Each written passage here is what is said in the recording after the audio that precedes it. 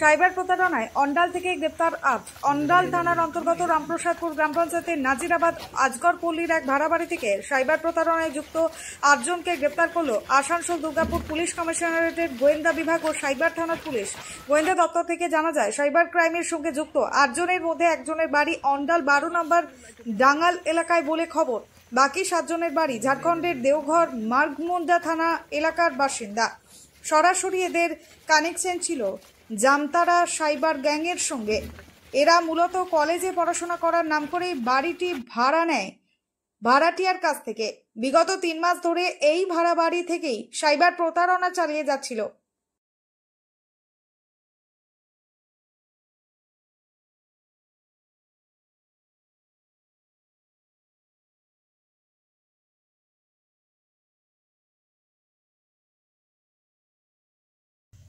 আমাদের একটা special cyber observation portal আছে, তার মাধ্যমে আমরা দেখতে পাই, মানে আমাদের উপর থেকে সুপিরিয়ারাই বলেন বা দেখতে পাই আমরা যে 8 জনে মিলে বা কোথাও একটা সাইবার ফ্রড হচ্ছে।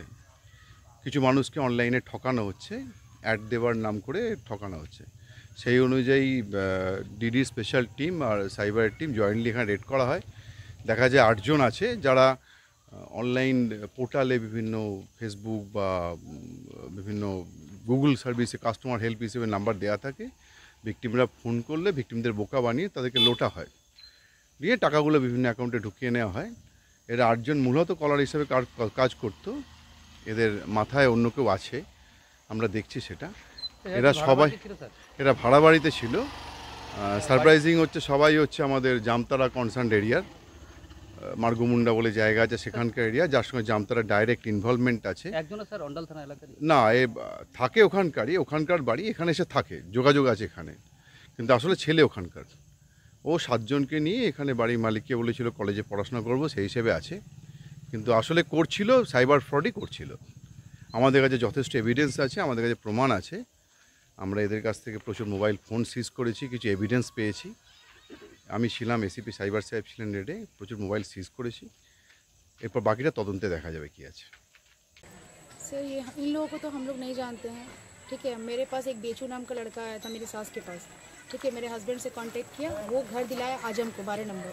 अब आजम किसको रखा सर ये हम लोग को नहीं मालूम है। ये लोग 3 महीने से है यहाँ पे, पढ़ाई करने के लिए आए हैं बस।